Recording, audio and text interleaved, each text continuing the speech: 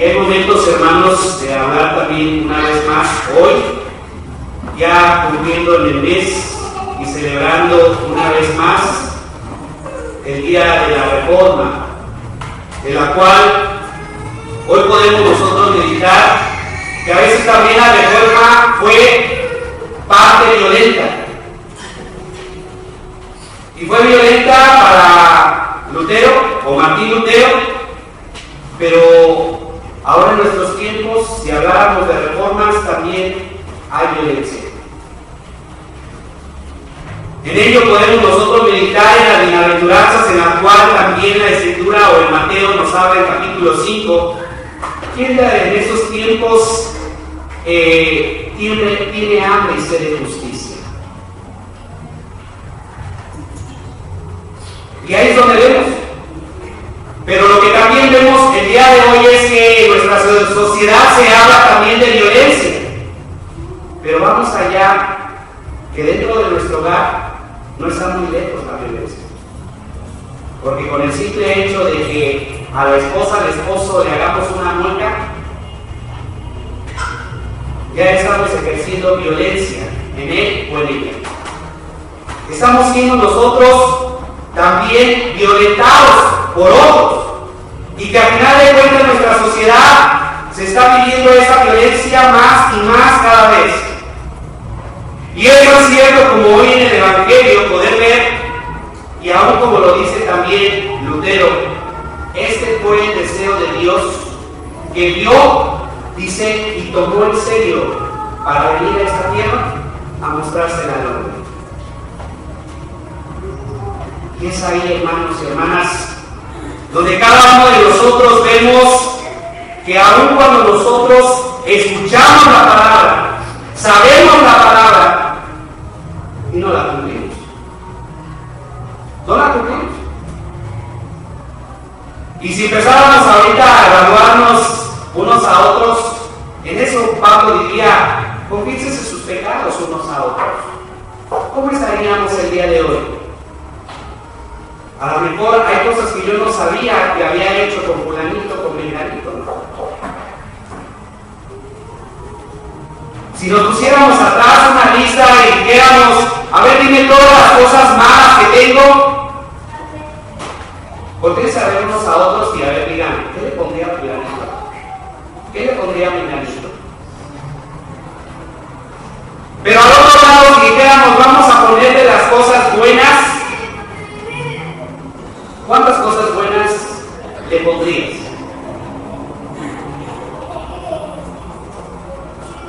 Si vemos las malas, ¿cuántas le pusimos a las malas? De eso tenemos 10, 15, 20, hasta 30. Pero de las cosas buenas, hasta dicen, me sobran dedos, ¿no? Que pueden tener nada más una, como pueden tener 5, pero no más. Y piensa a ver en tu pareja, ¿qué cosas buenas tiene tu pareja? ¿Qué cosas buenas tiene tu familiar? Y ahorita hasta estamos en conflicto porque pensar y meditar en ello, pues diríamos es que difícilmente puedo encontrarle cosas buenas porque las demás son todas contrarias.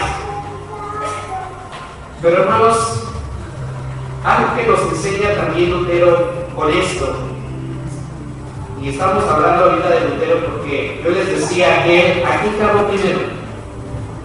¿Se acordarán? A Santana, antes que a Dios. Y recuerdo cuando aquel chiste que dicen del pastor y la hermana que iban a bautizar, que inmediatamente la iban a meter al agua, y entonces grita luego, ¡ay, Virgen Santa! Y viene algo muy controversial en esa situación, pero podemos nosotros meditar, hermanos y hermanas, que día a día Dios nos está llamando a ser buenos evangélicos, pero ¿cómo puedo yo ser buen evangélico si a veces no avanzo? Porque decíamos hace 8 días que entre más quiero limpiar mi vida, más sucia la veo. Y no nada más la sucia la veo yo, sino la ven otros. ¿Por qué? Porque catalogamos y ponemos etiquetas. Pero en todo lo que decía el hermano en la escuela dominical es que Dios sea en nosotros, y cuando Dios es en nosotros, en nuestra razón, en nuestro conocimiento, vamos aprendiendo en nuestro carácter qué es lo que debemos cambiar.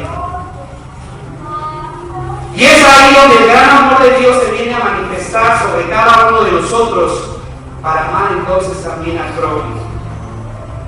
Cuando busquemos a Dios por nosotros mismos, veamos que la voluntad de Dios vaya más allá de la tradición, vamos entonces a encontrar una verdadera convicción.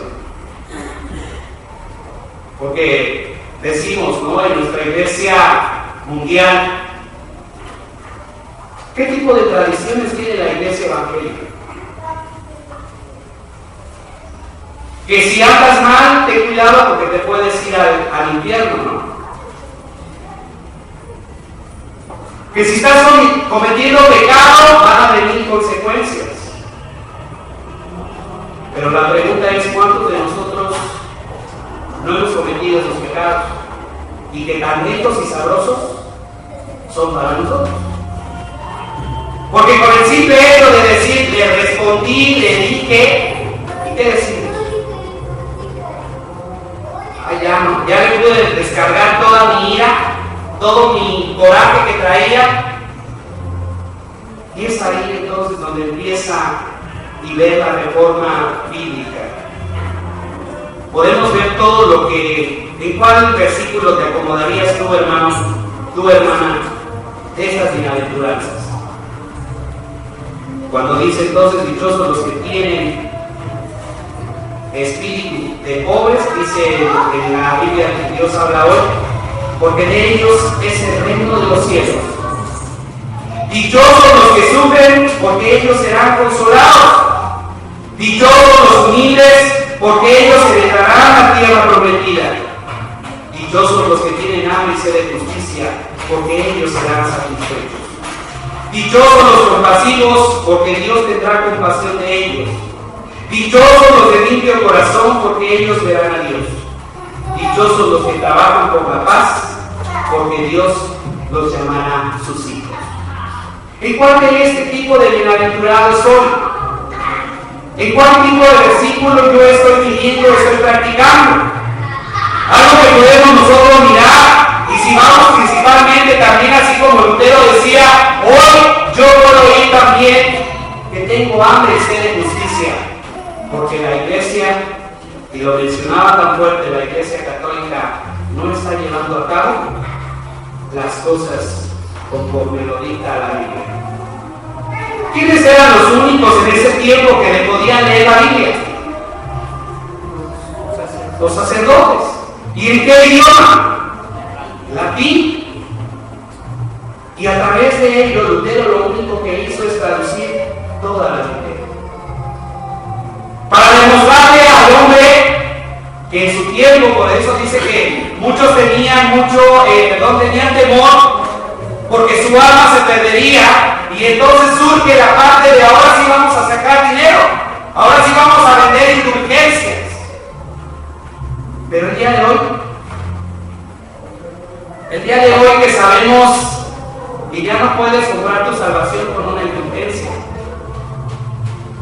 Hoy, ¿cómo puedes comprar tu salvación? Por fe. Pero Lutero aún en ese tiempo se enoja y se molesta porque dice, es que también, aún así dice por fe, pero el hombre está llegando a un punto de que solamente entiende por razón que salva. Bueno, pues hoy puedo cometer cualquier pecado y Dios me perdona. Puedo ir delante de Dios y pedirle perdón y ya me quitó la culpa. Y así es de fácil. Pero algo que también entonces inicia el Señor diciendo en el verso 13, a eso al estar leyendo durante la semana diría, Señor, ¿qué puedes hablar primeramente a mi vida? Para decir entonces qué puede ser una reforma bíblica. Y empieza diciendo, ustedes son la sal del mundo. Pero si la sal deja de ser sazonada, ¿cómo podrá recobrar su sabor? Ya no sirve para nada, Así que la tira en la calle y la gente la pisotea. Y llegaba un momento al meditar y decir: Señor, es cierto, la sal es muy gustosa cuando es sazonada en los alimentos, y que decimos, si le falta sal, le echas un poquito más. Pero ahora veamos en la parte del matrimonio. ¿Hasta cuándo dejó de haber amor?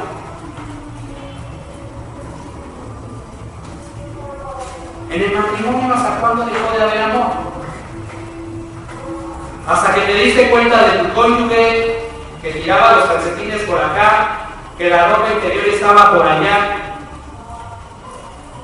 que a veces no, la mujer en este caso, y la mujer también, ¿no? De que no me atiendes, no me ves. Y entonces se perdió el sazón del verdadero amor. Porque ya después de un gran amor se cubrió por un compromiso. Y ya después de ese compromiso, ¿qué pasa? Sí, ya, no te aguanto, ya. Veamos, si no diría en nuestra propia vida, reflexionando conforme a una reforma, es: ¿cuántas veces has pensado en dejar a tu esposo? ¿Cuántas veces has pensado en dejar a tu esposa? Es un montón, ¿verdad? Porque dices: es que me falló y es que ya no aguanto. Pero ahora veámoslo en la vida cristiana, como cuando nos habla sobre la sal del mundo y nos dice a todos: ustedes son la sal del mundo.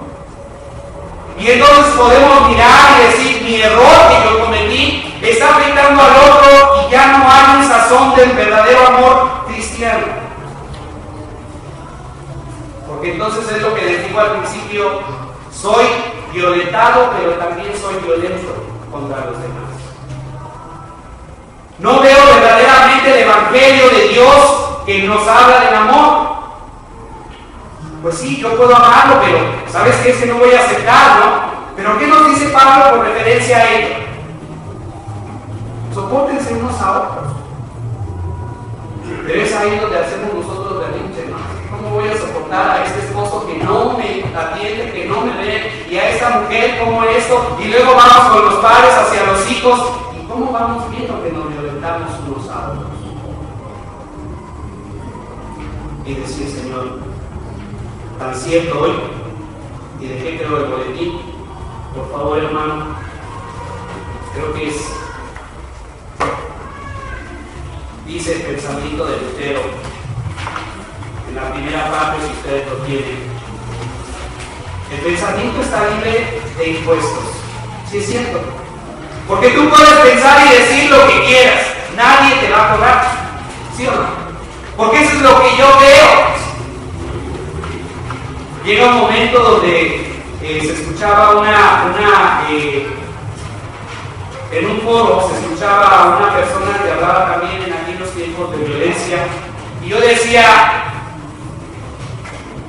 de verdad, exonero a aquellos que me invitaron, porque ahora sí voy a hablar y cortar cabezas. Porque si me invitaron a dar este tema de violencia, a final de cuentas todos somos violentos. Que alguna persona se enojaba porque pasaba una imagen con una mujer abierta desde los pechos hasta el vientre con el niño de fuera. Y decía: esto pasó en tal lugar, con esa tal violencia que hemos llegado. Y aquella mujer decía: es que no puede ser posible que usted me violente con esa imagen. Y es ahí donde decía: nos damos cuenta nosotros como yo violento, pero tú me violentas a mí. Y es ahí donde vemos entonces específicamente sobre las bienaventuranzas.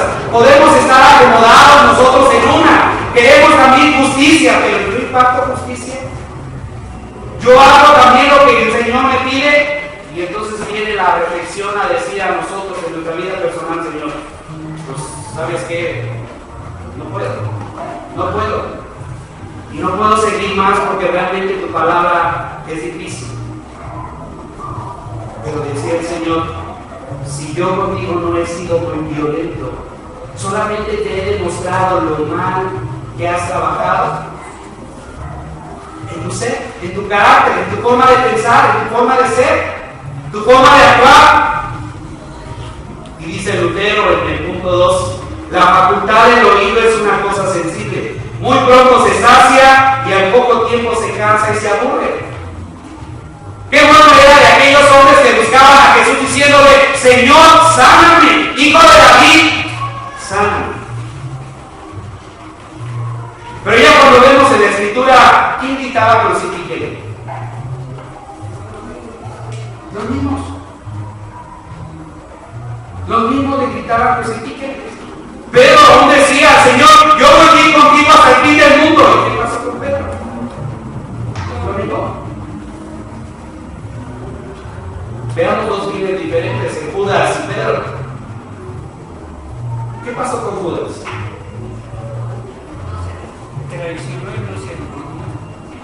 No vio la misericordia de Dios, porque se arrepintió, no fue y aventó las monedas, no fue, pero tanto fue el golpe sobre su vida que no vio la misericordia de Dios, y lo único que él pensó y meditó en ese momento: lo único que yo merezco es la muerte. Y podemos ver que Pedro lo negó 3 veces, y después dice que lloró amargamente. La perspectiva de Pedro fue diferente. Imagínense que cuando el Señor resucita y lo ve Pedro, ¿cómo nos sentiríamos nosotros al decir: Señor, sí, te negué? O sea, te negué, ¿no? O sea, ni verte a la cara, porque me siento hasta mal. Pero sin embargo, el Señor le extendió misericordia. Ahí estaba sazonándose. Ahí se estaba viendo el amor de Dios. Y es lo que vemos en estos tiempos, hermanos, donde ¿cómo queremos nosotros entonces manejar nuestra vida? ¿Cómo queremos manejar entonces nuestro círculo? ¿Bajo mi voluntad o la voluntad de Dios? Porque eso de nosotros, si nos miramos a nosotros mismos, decimos: Señor, pues definitivamente hablar contigo es una confrontación muy profunda. Y decir el día de hoy, sabes que tú y yo no estamos haciendo las cosas bien. Pero si viéramos el día de hoy decir: vamos a hacer las cosas bien, ¿cómo las haríamos? Como le hicieron a Lutero, perseguirlo para condenarlo. Y lo único que él decía: si yo he dicho mentira, demuéstrenmelo con la Biblia. Toda la oración que se pasó durante toda una noche, porque al otro día iba a ser juzgado, no sé si han visto la película también, o han leído la historia, pero dice: toda una noche él oraba a Dios diciéndole: dame palabra para yo poder responder. Y lo único que él respondió ya del concilio era: si todo lo que he dicho que es mentira, respóndanmelo con la Biblia. Él llegó a un punto a conocerse a sí mismo para cambiar. Y es ahí, hermanos y hermanas, donde nos enseña también entonces el Señor, terminando con el versículo 17, 18, 19 del 5. No crean ustedes que he venido a suprimir la ley o los profetas. No he venido a ponerles fin, sino a darles su pleno valor. Pues les aseguro que mientras exista el cielo y la tierra, no se quitará a la ley ni un punto ni una letra hasta que todo llegue al cumplimiento. Por eso, el que no obedece uno de los mandatos de la ley, aunque sea el más pequeño, ni enseña a la gente a obedecerlo, será considerado el más pequeño en el reino de los cielos. Pero el que obedece y enseña a otros a hacer lo mismo, será considerado grande en los cielos. Vendría una evaluación o una introyección, como se dice también dentro de la psicología. Mirarme yo hacia adentro, qué sí estoy haciendo bien y qué estoy haciendo yo mal. ¿cómo poder llevar a cabo entonces la palabra o esa reforma de Dios? O que la Biblia sea también la reforma para nuestras vidas. Alguien puede decir también más adelante, dice, no, aquel que tenga algo en contra de su hermano, ¿qué tenemos que hacer?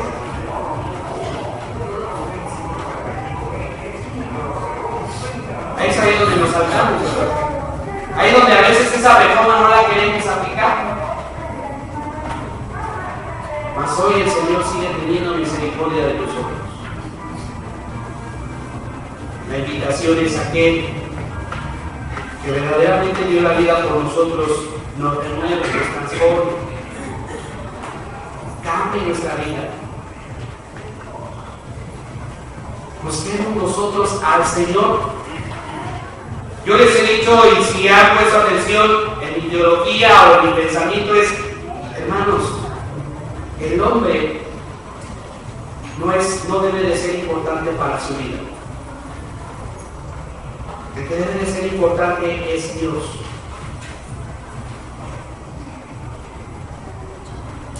El Señor enseñó a sus discípulos a ser apóstoles, pero también dice para que a otros enseñaran y también enviaran, para que también trabajaran, para que también hicieran.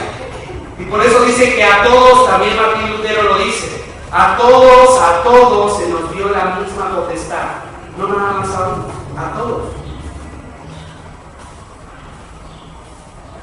Y algo que Lutero decía, solamente y terminando, es ¿cómo pueden nada más los sacerdotes bautizar cuando los apóstoles bautizaban? Y ya no hablemos de los apóstoles, a los que eran enviados, a los discípulos. Es que el único que puede bautizar es el pastor. Es que el único que puede consagrar es el pastor. Y entonces, ¿dónde está el valor que Dios les da a ustedes?